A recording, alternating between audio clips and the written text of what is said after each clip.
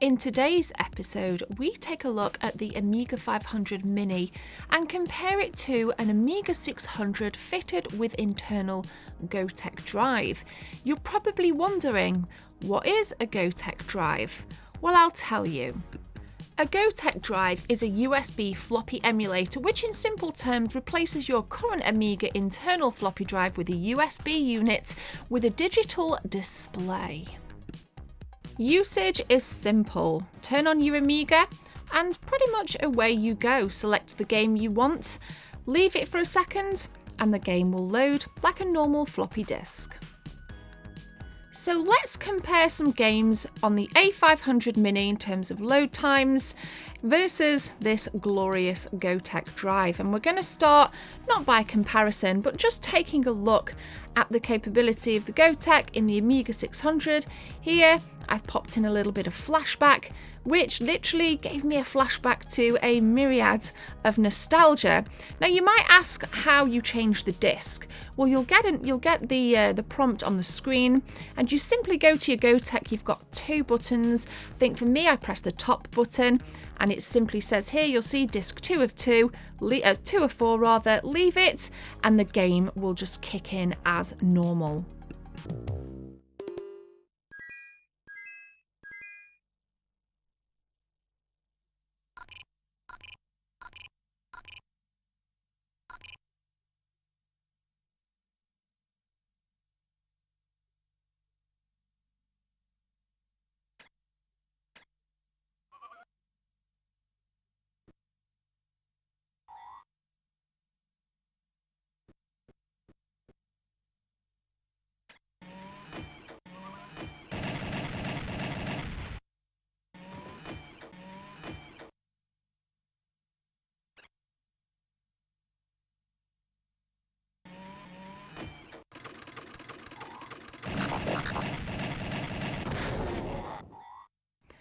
This is Zool running on the Amiga 600. It looks pretty darn nice. You can even see the glorious scan lines.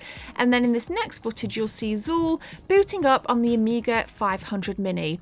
Let's take a look at these side by side.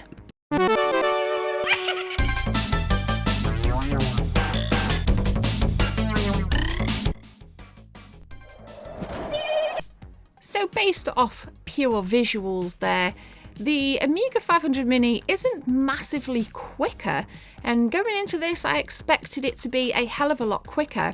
What I wanted to do here is have a look at the test with the CRT scans on and try and get a like for like. So let's see how that fares.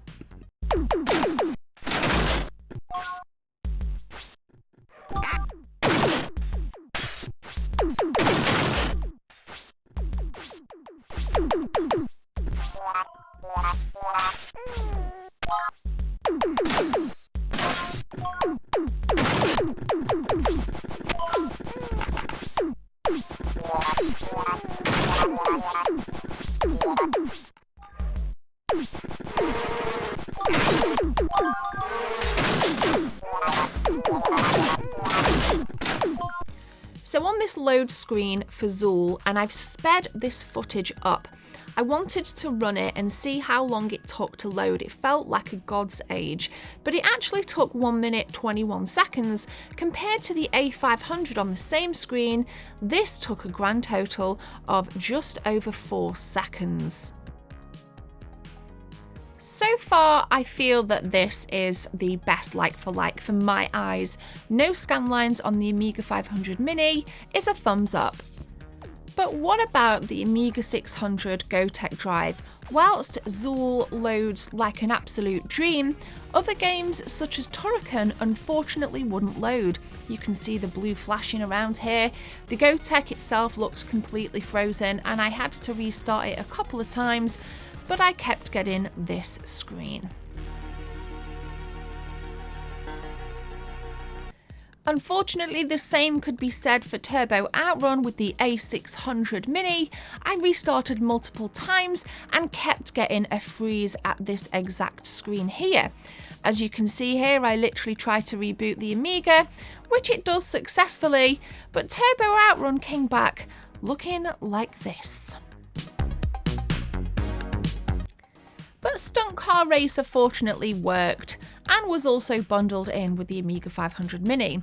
This gameplay that you're seeing right now is on the A600, and during my testing, which is coming up, I was very surprised to see how close, and sometimes the Amiga 600 looked like it was loading a slight bit faster. That was until we got on the track. Now I do just have a little test here with just picking a track, getting onto the track itself and having a little whip around before we start the test, because I just wanted to feel it. And again, I'm not Digital Foundry and I keep using this as a laughable example. I don't have any scientific technical breakdown here of frame rate, etc, etc, but I can wholeheartedly assure you that when we get to the side by side, well, you can make up your own minds.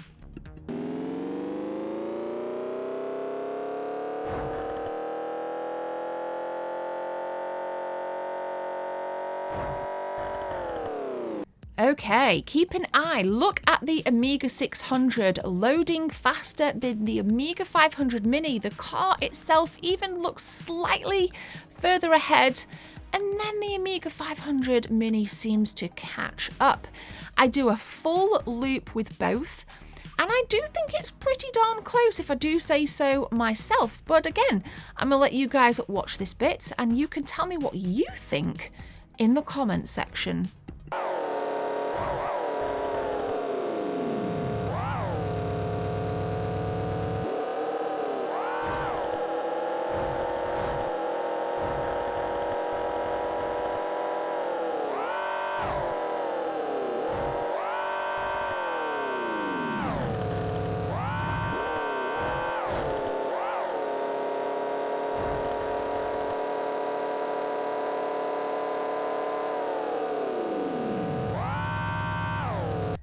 Thus far in, the Amiga 600 with the glorious GoTek Drive is really impressing me.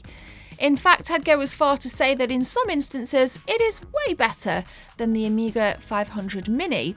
Needless to say, I have a lot of love for both, and I'll continue to play both and cover them here on the channel, so make sure you subscribe if you want more Amiga content. In some games though, there is a noticeably faster difference in the Amiga 500 Mini, as shown here with Speedball 2. You can see how quickly I can glide into a game, and I do my very best to button mash and get through and pick the exact same settings on each of the home computers, but you can already see that the Amiga 500 Mini is storming ahead. So while Stunt Car Racer was incredibly close in testing, this is night and day difference, north and south difference. There's a huge difference. Look, the A600 hasn't even started the game yet.